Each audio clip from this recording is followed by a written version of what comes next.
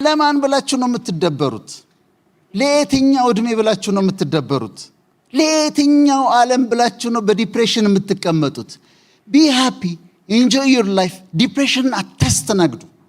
ዲፕሬሽንን ብቻ አይደለም፣ ምሬትን፣ ብስጭትን፣ ንዴትን፣ ቢተርነስ፣ መራራነት፣ ግራጅስ፣ ቂም መያዝን አያስፈልግም። ከእናንተ ከህይወታችሁ አስወግዱት። መራራነት ሲመጣ አስወግዱት። ንዴት ሲመጣ አስወግዱት። ብስጭት ሲመጣ አስወግዱት። ኢሞሽናሊ ዌል መሆን አለባችሁ። ጥሩ አይቻልም እንጂ ቢቻልም ማኖሩ ሰው የናፈቀው ጋር ይሄድ ነበር በሮ። ሰላም ጤና ይስጥልኝ ውድና የተከበራችሁ አድማጭ ተመልካቾቼ በመላው ዓለም ላይ ለምትገኙ ሰላማችሁ ይብዛ እያልኩኝ ላይክ፣ ሼር፣ ሰብስክራይብ ዜድ ሾን ማለት ነው። እንግዲህ ዜድ ሾ ለምንድነው ዱባይ ያሌርሽው ምንድነው ምክንያትሽ ምናምን ለምትሉ ይሄው ሄጄ ካሜራ ይሄ ቪዲዮ አልተለቀቅም። ለመጀመሪያ ፓርቷን በዜድ ሾ ቪዲዮ ላይ ሲለቀቅ ማለት ነው። እንግዲህ ይሄንን ይመስላል የዱባይ ቆይታ። በጣም እንግዲህ አንድም ቲክታከር ማንም የተገናኘ የለም ማለት አላገኟቸውም። ይሄንን ይመስላል። ምን ትሉኛላችሁ? እንግዲህ እንደዚህ ነበረ። እንዴት አያችሁ ዱባይን? እነ ሩትዬ፣ እነ ይሳቅ፣ እነ ጽጌ፣ እነ ረቷ ለምንድን ነው ግን ያ ፍቅራችሁ ያ እንትናችሁ የጠፋው? ይሳቅ በነገራችን ላይ በጣም ብዙ ኮሜንት ቲክቶክ ላይ ወደ ሀገር ተመለስና ከሩታ ጋር ስራ የሚል አለ ማለት ነውና እናንተም እስኪ አስተያየታችሁን ስጡ። አዎ ይሳቅ ከኢትዮጵያ ከገባ ከሩታ ጋር ይሰራል የሚል መልእክት ነው የሁሉም ማለት ነውና እንደዚህ ደስ የሚል ነበረ።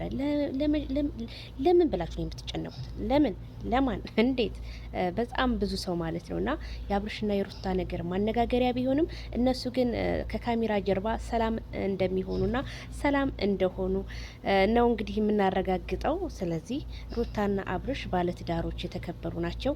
ያው ብዙ ሰው እንግዲህ በሚሰሩት ቪዲዮ ለምን ይሄንን ይሰራሉ በማለት አንዳንድ ተቃውሞ ቢያድርባቸውም እነሱ ግን ይሄ ከለከለት የሚሰሩት እንግዲህ ቪዲዮአቸው በጣም እንግዲህ አስገራሚ አስደማሚ በኢትዮጵያ ውስጥ እንግዲህ በጣም ጥንክር ያለ ፕራንክ አትሩት ድራማ አትሩት ኢቲሲ ምንም ሊገባን አልቻለም።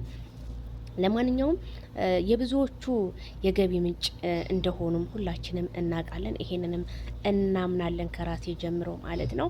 የገቢ ምንጭ ናቸው። እነ ሩታና እና አብርሽ ከሌሉ ሶሻል ሚዲያ ምንም ነው በቃ ጭር ነው የሚለው። አንዳንዴ መልክ ሳይሆን ሙያ ከጎረቤት ይባላል እና እድሌን አሳምረው ነው። እድል ሲያመርጥ ደስ ይላል።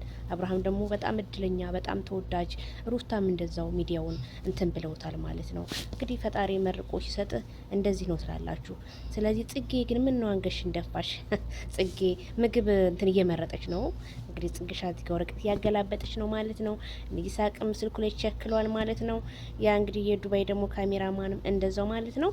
ሰዋቅ ምናምን ነው። በዚህ አጋጣሚ ድራይቨር ነው። ይሄንን ይመስላችኋለሁ። በሌላ ፕሮግራም እንገናኝ። በጣም ደስ የሚል ጊዜ ነበረ።